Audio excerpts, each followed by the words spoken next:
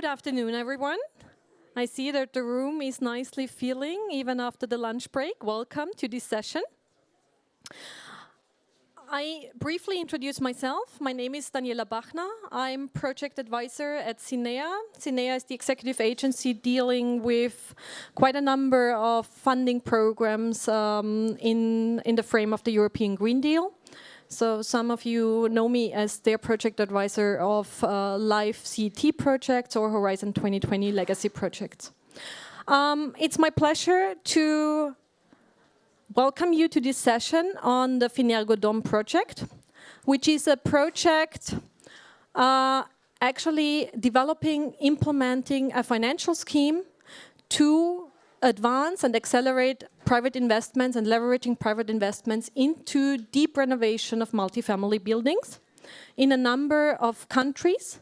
Today we will hear about the Polish pilot, where this financial instrument has actually been put in place and tested already. So it's my pleasure to welcome MARTA BABICZ, who is the director in charge of EU funds programming and interinstitutional cooperation at the National Fund for Environment Protection and Water Management, NFOŚ in Poland. And without further ado, I would give the word to Marta. Thank you for having you here, and give us an insight into the Polish program. Thank you.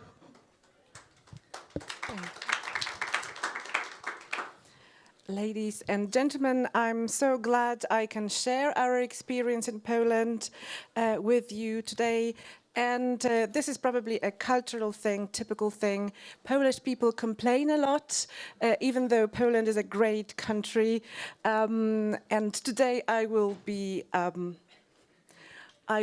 honest with you and both share what worked and what didn't work and what lessons learned we have brought from it. If I could ask for my slides to be displayed. Okay, great. All right, so here we are. In order to give you the full outlook, I would like to tell you a bit about the institution I represent, the National Fund for Environment Protection and Water Management in Poland. We were established in 1990s, the second year after the economic and political transformation in our country and in our region. And we thought, how about we try to implement polluter pays principle in practice and see how it worked. And in Poland, over 30 years ago, we have established a system where each entrepreneur that is polluting water, air, or that is using environment in any other way needs to contribute a symbolic fee, and our national fund is the one gathering the fees and reinvesting them into green projects all over Poland. The law in Poland is that if we do it wisely, we can get money for my salary and salary of my team and other colleagues.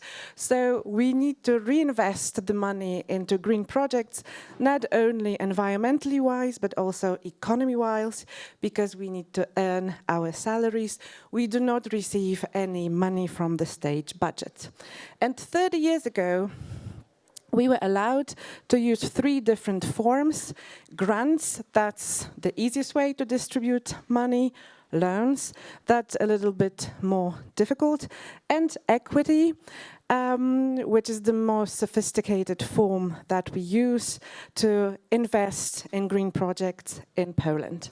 We have started from the domestically gathered funds, and then 15 years later, Poland and other countries from our region joined the EU, and the huge surge of structural funds started pouring, and we were the ones asked, guys, National Fund, please make sure that the money for environment, climate and energy is spent wisely and is spent on time.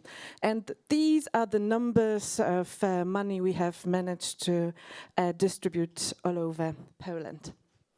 So that probably proves that we are old enough and experienced enough to have the comfort to try things out, to take risks, and from time to time involve in something that no one else yet believes.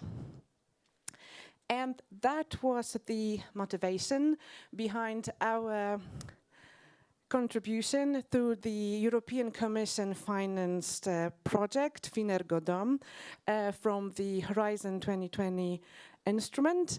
And together with other countries, we have managed to establish a model, and Poland as the biggest and national fund as the one with the biggest pool of money decided to try it out in practice and see if it works.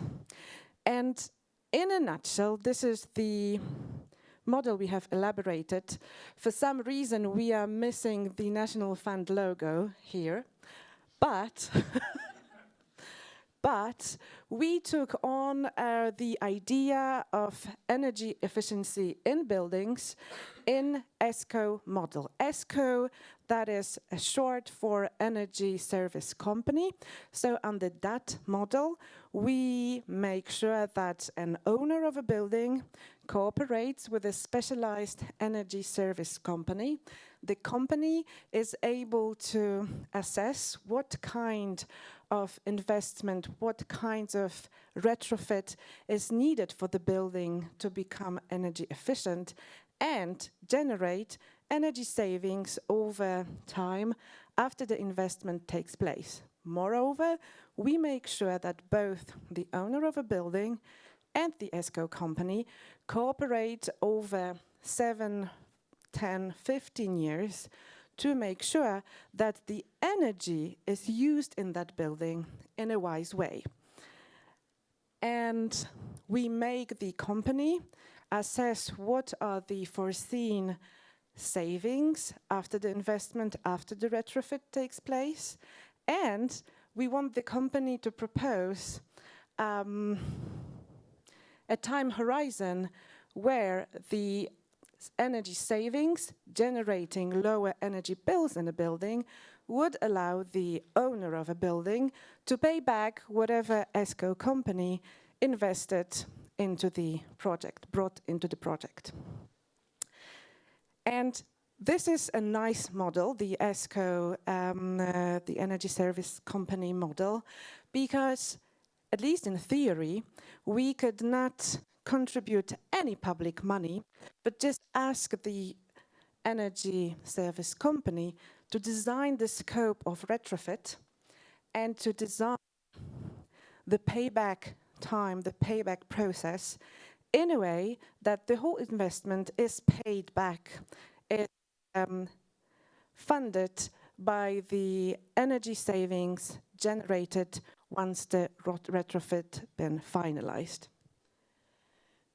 But of course, that theory, and from our national funds experience, at least back in Poland, our beneficiaries, entities all over Poland at least, prefer grant. They do prefer to obtain a subsidy, and under the EU structural funds policy, we have been very generous for years, and we have offered up to 85% of grant money, requiring the owner of a building to contribute the remaining 15%. And once the retrofit, once the energy efficiency investment been finalized, we have not checked how the building is being managed, whether or not energy is being saved along the life of the project we have co-funded. So how to make an owner of a building to cooperate with an ESCO company and to enter into a mid or long-term cooperation with such an entity. And we thought, let's use a grant. Let's use a subsidy that our beneficiaries that love in Poland. And I guess a subsidy, a grant, is something any beneficiary all over the world would prefer. So we decided that we would offer a grant subsidy up to 30% to the owner of a building, but we would require that they enter into a cooperation with an ESCO company.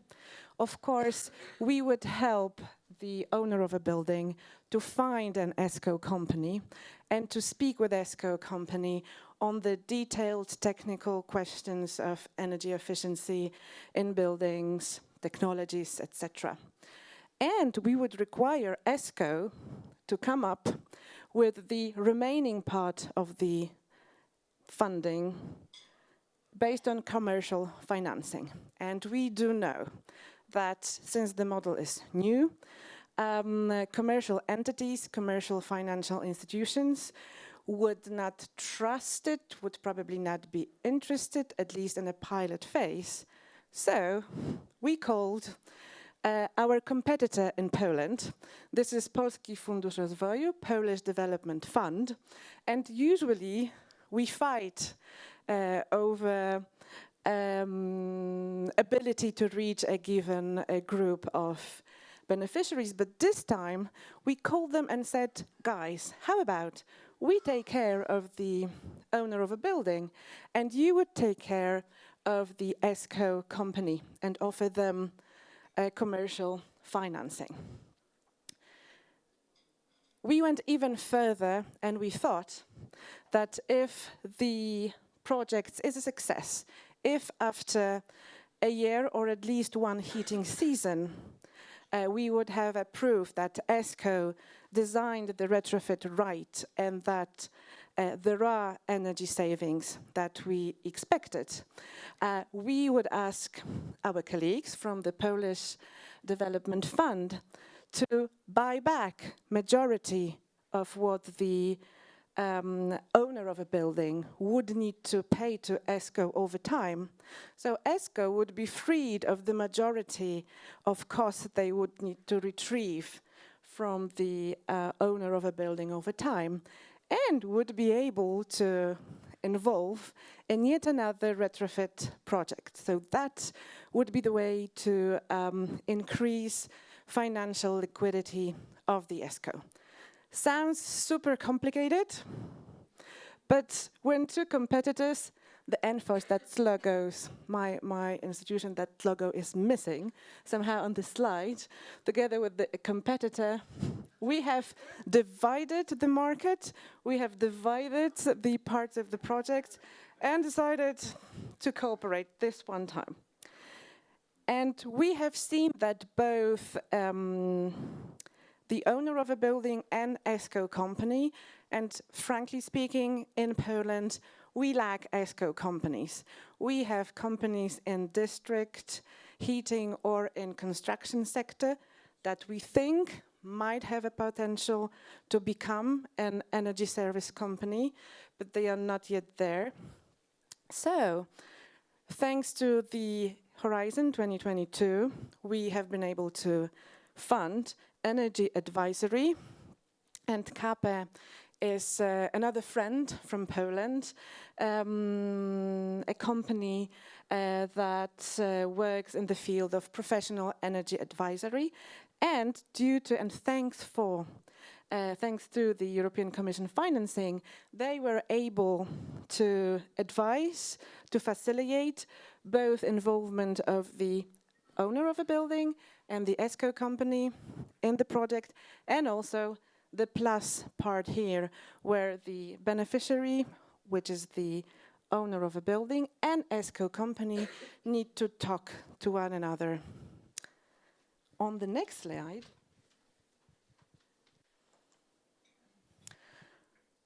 I would give you an insight on the budget. When we started our works, we were very humble and we thought of a budget of a pilot implementation of that scheme of more or less 2 million euro.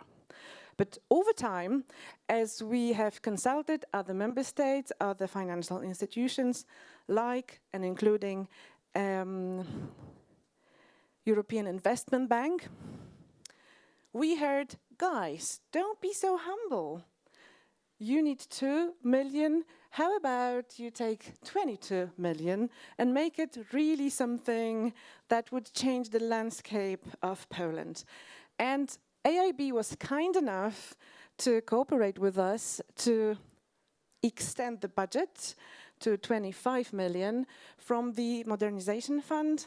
And the modernization fund is the money that Poland and other beneficiary countries get to make sure that the burdens stemming from climate policy are a bit smoothened, a bit lighter.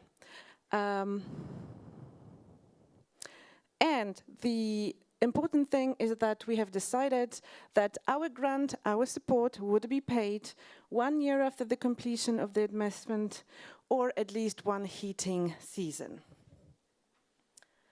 The season that we find crucial for the ESCO company to prove that the retrofit they have designed is actually generating energy savings.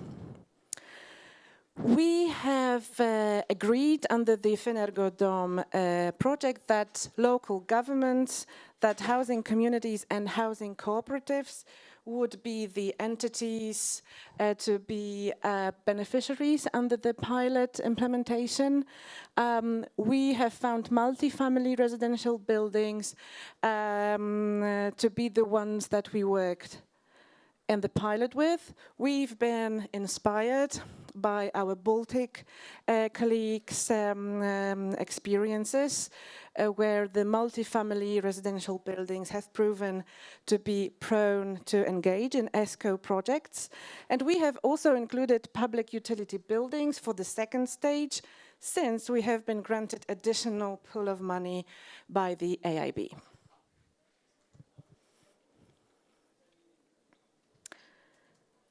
What we expect from the project under the scheme and what is the key criteria for the grant being distributed is ensuring that at least 30%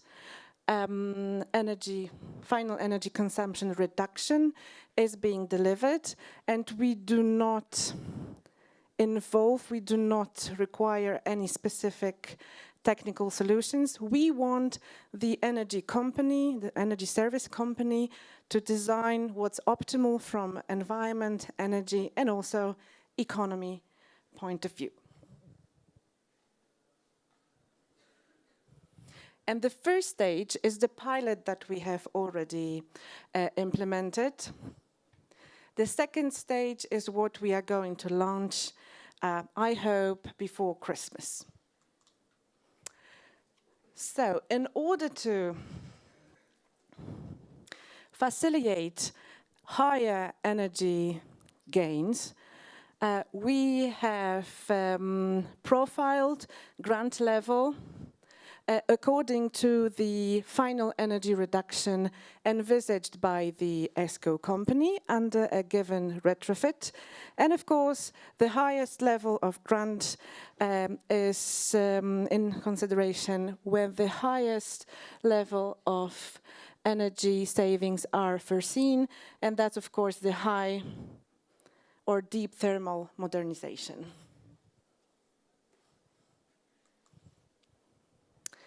And you can see here a crazy, complicated graph.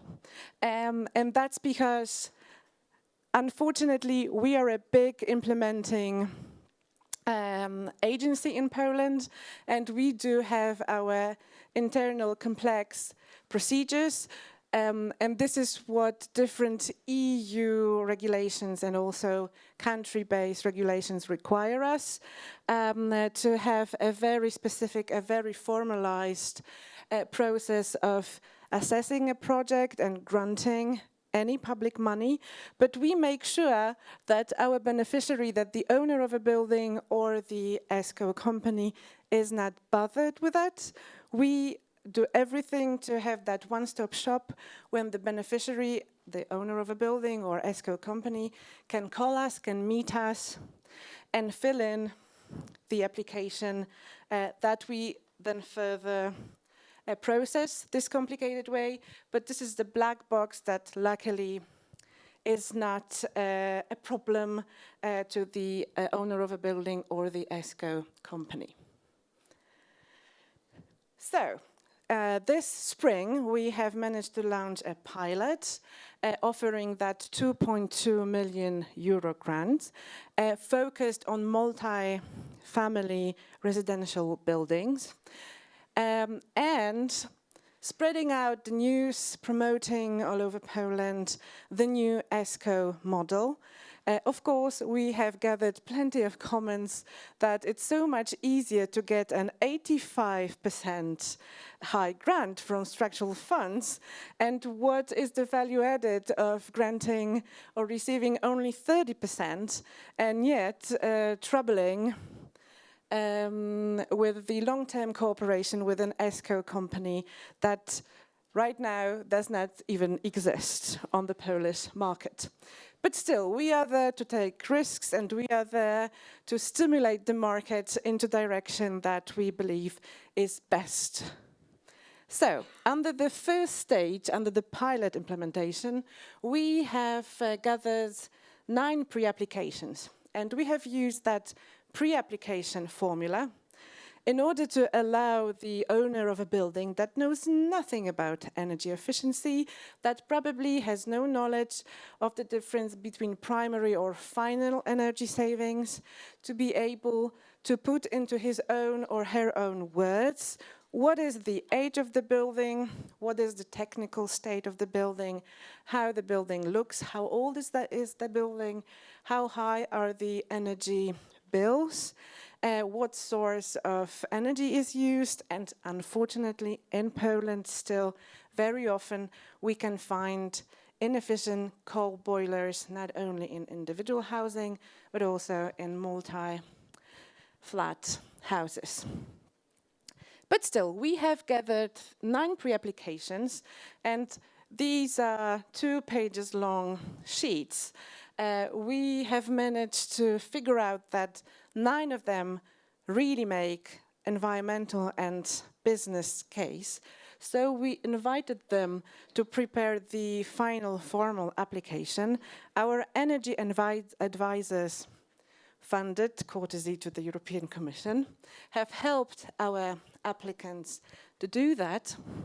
We have opened the call, and our energy advisor was helping the owner of the buildings to find an ESCO company in the region that would be interested, that would be willing to design the retrofit, to invest, to provide its own money, to make sure 100% of the costs are covered, and further cooperate in a medium or long-term perspective on managing the energy use of the building once the retrofit is finalized.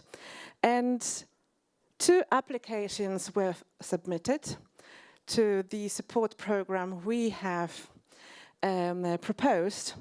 And don't be worried, the other five are being implemented, but our competitor that I told you about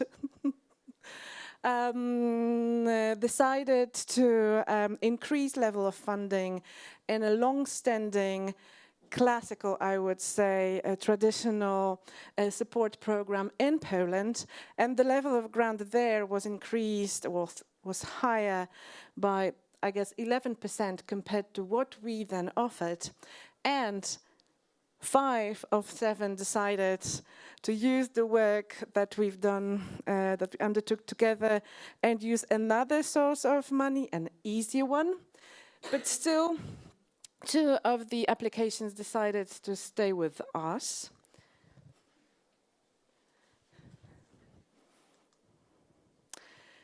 And these are the examples of our applicants. We have gathered interests both from public entities and private entities, private-owned multi-family buildings.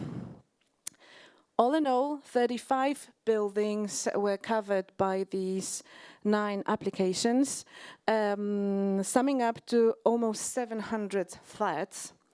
And the value requested from NFOŚ as a grant was over 9 million zlotys, which is approximately 2 million euro that we have offered in the call.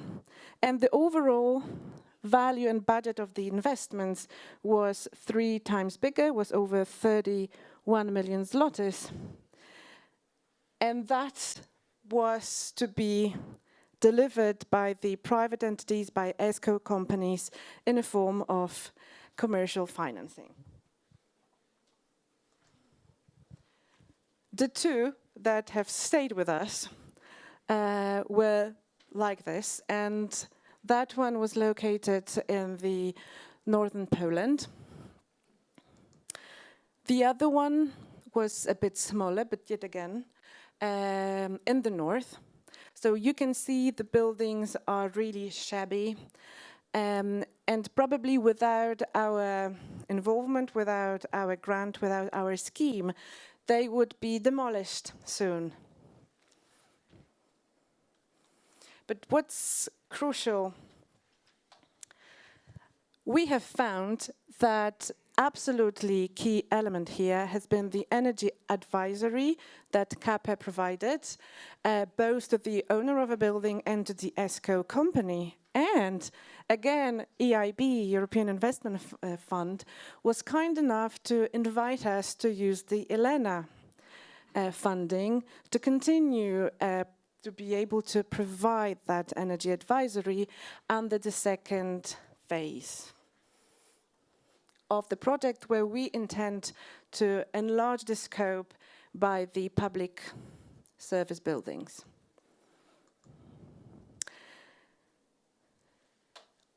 Right now and to date, we have managed to sign only 1 contract among the 2. And it is the contract where the energy, well, that's the energy performance contract. I should probably mention it in the very beginning, but additional thing that we do require under the scheme is that the owner of a building and ESCO company not only sign a contract, but that needs to be a model energy performance contract. And together with CAPE, together with the partners under the FINEERGO-DOM project, we have elaborated a layout, a model EPC contract, and that presumably is a big help to both the owner of a building and to the ESCO company, because they do not need to employ their own lawyers, or at least the hours that they need to pay for are lower, because we do provide the layout of the contract. And yet, 1 project signed to date might not be called a huge success, but we have managed to inspire many people, many institutions in Poland. We have been open on what we've learned over the project, and the entities dealing with REACT-EU, Cohesion Policy, Modernization Fund, or Recovery and Resilience Facility, today consider that it's worth to further continue and to fund the 2nd, 3rd and 4th phase. And we had also great support from DG Regio under the process of programming EU funds during the current perspective in Poland. So energy efficiency buildings in Poland under these funds is going to be funded and implemented based on our experience, where we are going to continue with ESCO formula. So 1 project was enough to inspire the whole country. These are the pools of money that we have to spend and where we want to use ESCO model, or at least promote it, at least ensure that higher levels of support are granted if our beneficiary decides to go with the ESCO model, and lessons learned.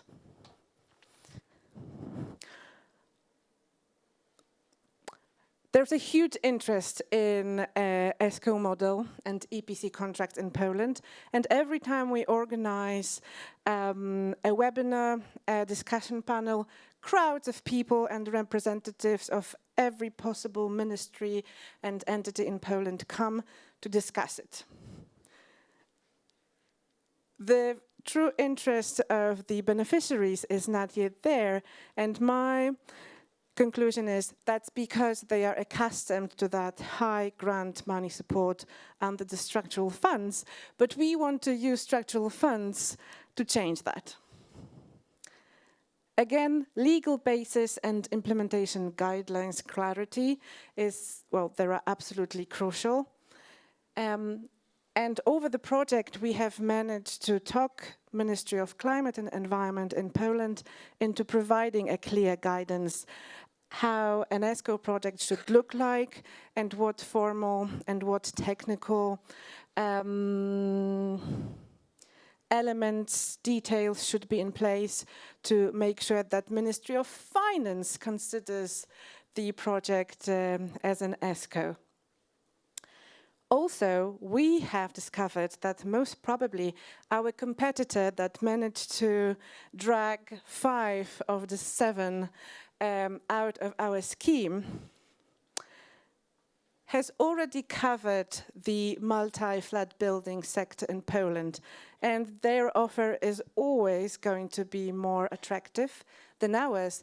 So that leads to a conclusion that greater potential in Poland is in public buildings, because the offer for them when it comes to our competitors' portfolio is really humble or even none.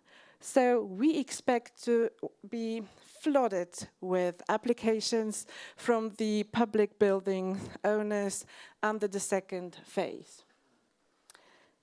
And what ESCO companies tell us is that the problem is not the moment when the energy savings were confirmed, because then it's a business case also for the ESCO company. The problem for the ESCO companies is financial liquidity during the retrofit and during that first year or first heating season. So what they seek today is a way to finance that year and a half that they need to wait for the confirmation of energy savings generated. And this is exactly what we plan to provide under the structural funds. And also, we have managed to convince the colleagues from European Investment Bank that we should also be competitive towards the offer of our competitor that took away these 5 projects. And we have increased our grants by 90%. And hopefully, the second pilot is going to be absolute success, and hopefully we'll be able to spend this way not only that 25 million from EIB, but billions under the structural funds in Poland. So that would be our project in a nutshell. We are here with Daniela to answer any questions if need be, and I hope that our courage and the lessons learned would be an inspiration also for you not to be humble and not to be scared of taking risks. And looking at the glass half full. Thank you.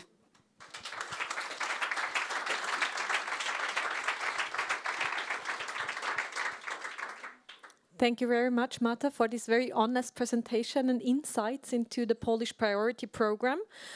Any questions from the audience? Adrian. Hello, I'm Adrian Bullier from CINEA. First of all, congratulations. This is really a major success, and I mean it. And I've been waiting for this to happen for a long time. So really, congratulations. Now, 2 questions. One, you were saying that you're going to use the cohesion funds only through energy performance contracting, or can you a bit elaborate, and how are you planning? How is this going to change the programmation of the next MFF, and how do you plan to? Is this going to help to reduce the grant intensity? That's the first one. Second one is when you're talking about public buildings, how do you deal with the question of the off or on balance sheet accounting, and is that something that has been coming up already to you? Thank you so much. And in particular, your second question is absolutely valid, because indeed, for public entities in Poland, but probably all over Europe, it's difficult to take any loan because that's heavily involved and impacts their balance sheet.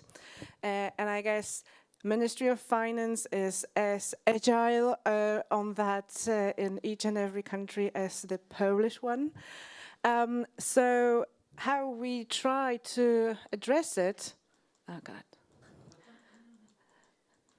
is by that creative way of splitting types of funding. The owner of a building that is a public building would not be interested with commercial financing in a form of a loan. That's why we give grant money, and also we give that grant to cover the most risky part of the project and the elements of retrofit that generate the least energy savings, like paint. You need to paint the building after the retrofit, but the paint itself does not increase energy efficiency of it. So we are ready to cover it with our grant money. And also, by giving a grant to the owner of a building, we do not impact their balance sheet. And the requirement of taking the risks and the burden of loan is on the ESCO side. But of course, we make sure that someone there helps ESCO to get that money as cheap as possible. So this is the scheme that was approved by DG Competition. We feared that maybe one day someone would consider it avoiding state aid rules, because especially ESCO company, this is where state aid rules apply. But the owner of a public building, if generating some kind of revenue over the management of the building, could also undergo state aid rules. So the fact that EIB and European Commission confirmed the scheme to be able to fund it from Modernization Fund is something that we did to ensure that it's legally clear and that it's legally binding. And the other question? About the new multi-annual Okay. So we decided to create a pool that we would distribute only under ESCO model, and we decided to give preferences, to give additional points or additional support to those in the rest of the pool, within the rest of the pool, who would decide to go with the ESCO model. If the pool that we have decided to implement under ESCO model only turns out to be success, we would be willing to continue and use the whole pool of structural funds to do that. But most probably we would need to implement it in parallel. And the first pilot under structural funds is of a budget of 50 million zlotys. All right, thank you very much. Further questions? Damir. Yeah. Damir Stanisic, Joseph Stefan Institute, Slovenia. I have a question about the contractual agreement between ESCO and beneficiary. For how long period is this contractual signed for the first one? And the second question is for the second phase, who is going to buy receivables? Is this financial institution which you have in the first stage going to buy that, or some other bank or fund? So we have arranged the Polish Development Fund to stay with us for the second phase, and we are open to any other private commercial financial institution to join us. We cannot exclude anyone, but to date we had to actively promote it, actively ask someone to join us. I hope that after the second stage, when we have a bigger pool of ESCO projects, other private financial institutions would join us. And again, my memory is so bad, and Duration of the contract. Duration. Well, under our EPC contract, we do not require a specific time span, but we can see that the time span within the 9 projects that we have assessed was around 7 to 10 years altogether.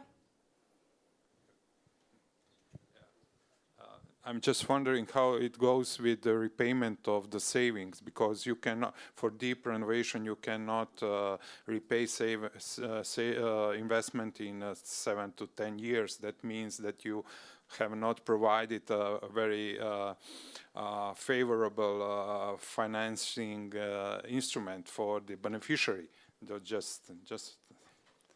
That's true for an average multifamily building like this one.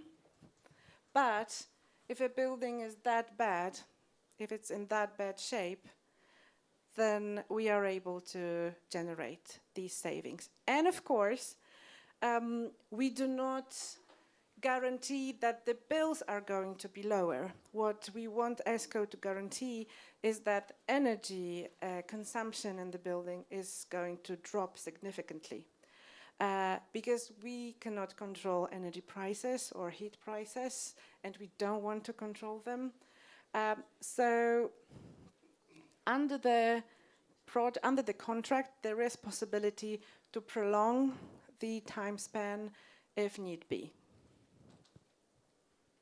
All right, time is flying. Any last pressing question from the audience? No? There is one.